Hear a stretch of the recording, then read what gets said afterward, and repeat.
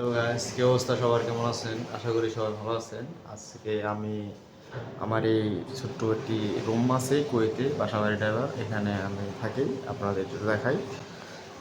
এখানে টিভি আছে, ওই যে আমার ছোট্ট একটা জুতা।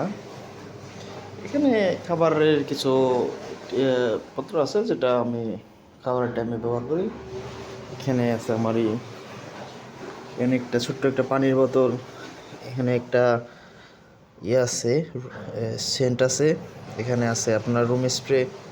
এখানে কুয়েতে কিছু টাকা দেখতে পাচ্ছেন, কুয়েতে কিছু টাকা আছে।